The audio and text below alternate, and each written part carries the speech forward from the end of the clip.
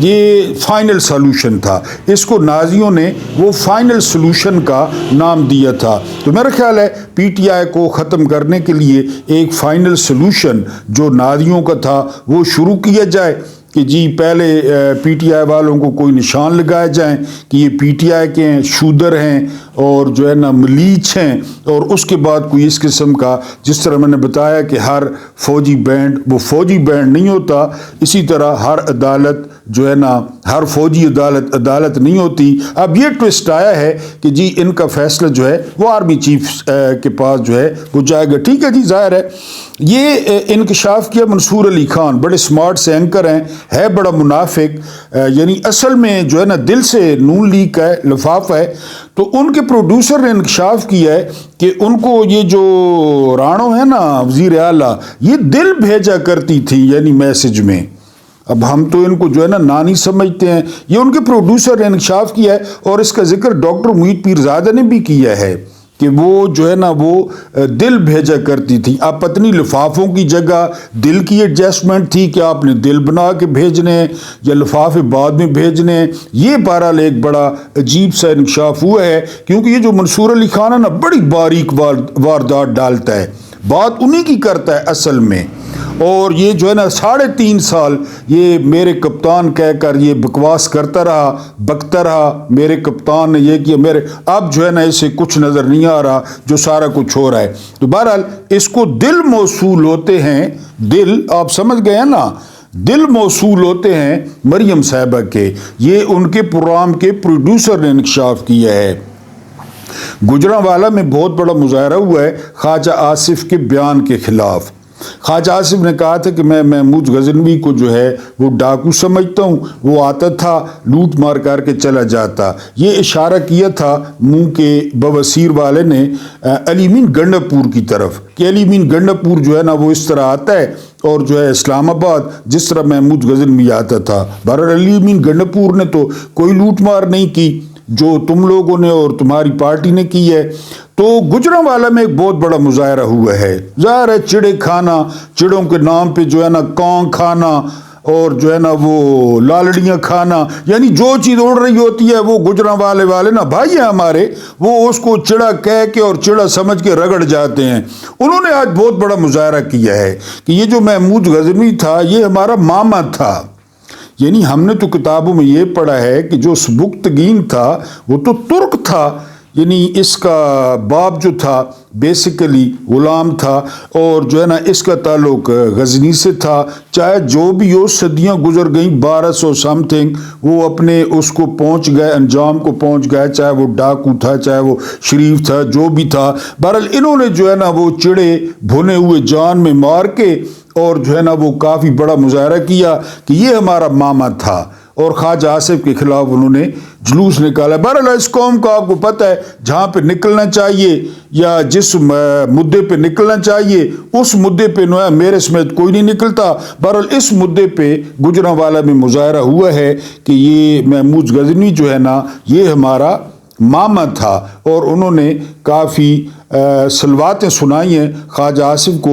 ہماری طرف سے تو اور سنائیں جتنی سنا سکتے ہیں، خواجہ آصف کا علاج یہی ہے۔ بہرحال مدعا ہماری سمجھ میں نہیں آیا کہ محمود غزنوی گجرانوالہ والوں کا کیسے ماما تھا۔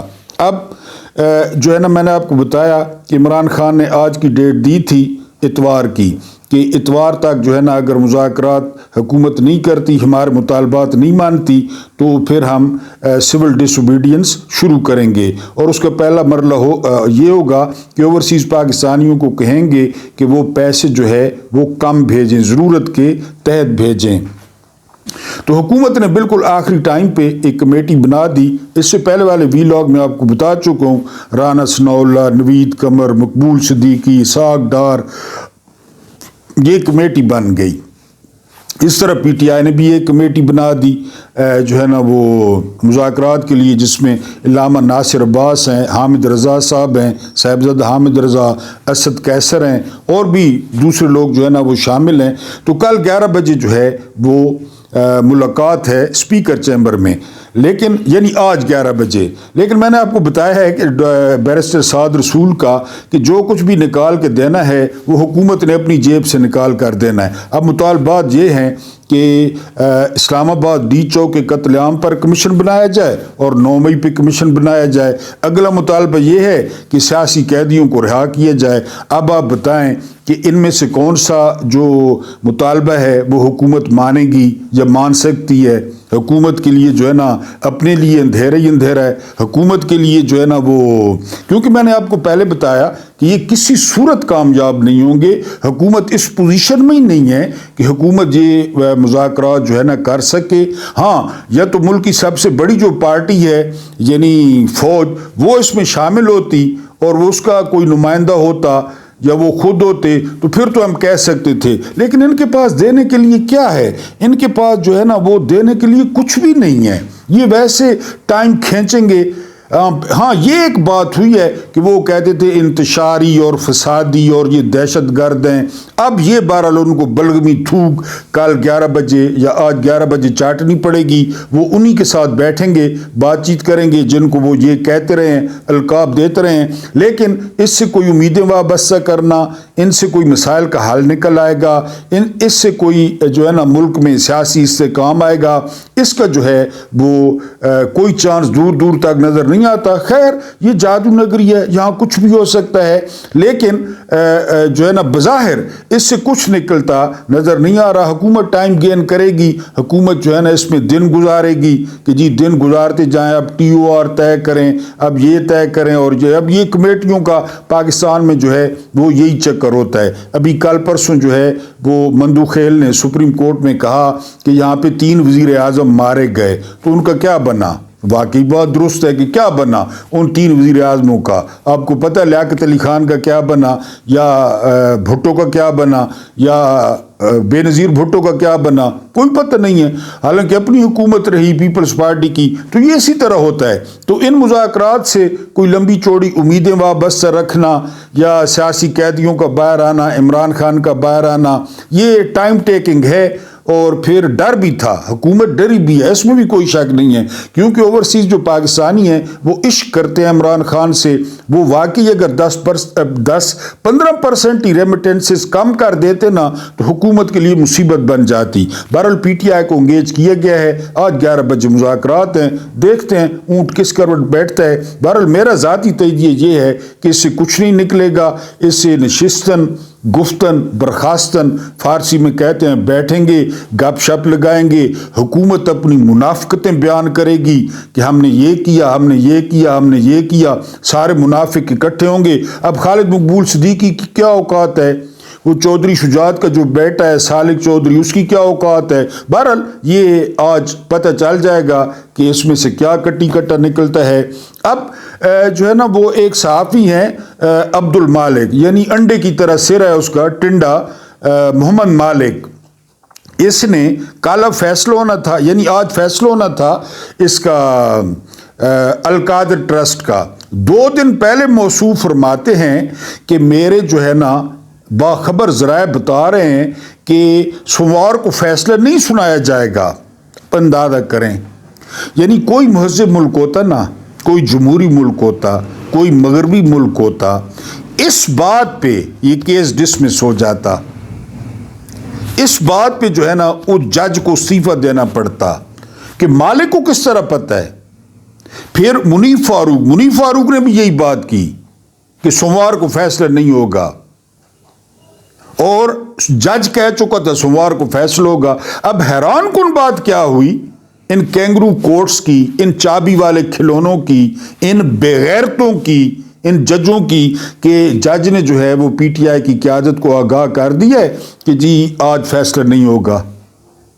یعنی اس فیصلے کا محمد مالک کو پتہ تھا، ٹنڈے کو، وہ جو ہے منا، وہ لونڈا منیف فاروق کو پتہ تھا کہ آج فیصلہ نہیں ہوگا۔ اب یہ کیوں لٹکایا گیا ہے، اس کی وجہ بیان کی جا رہی ہے کہ اس دوران یہ فیصلہ کرتے تھے نا تو اسلام آباد ہائی کورٹ میں آ جاتا تھا۔ اسلام آباد ہائی کورٹ میں آزاد جج بیٹھے ہیں، پہلے بھی انہوں نے عمران خان کو جو ہے نا انصاف دیا کہ اس دوران ہم اپنی مرضی کے جج لگائیں گے. ہمایوں دلاور ہو گیا، اس کے علاوہ شاہ رخ ارجمند ہو گیا، اعظم خان ہو گیا، یعنی ان کو ہم ہائی کورٹ میں لے آئیں گے. ڈاٹ کنیکٹنگ کریں کہ ادھر سے ہم سزا دیں تو اسلام آباد ہائی کورٹ سے بھی عمران خان کو ریلیف نہ ملے، کیونکہ کیس جائے گا عامر بندوق کے پاس.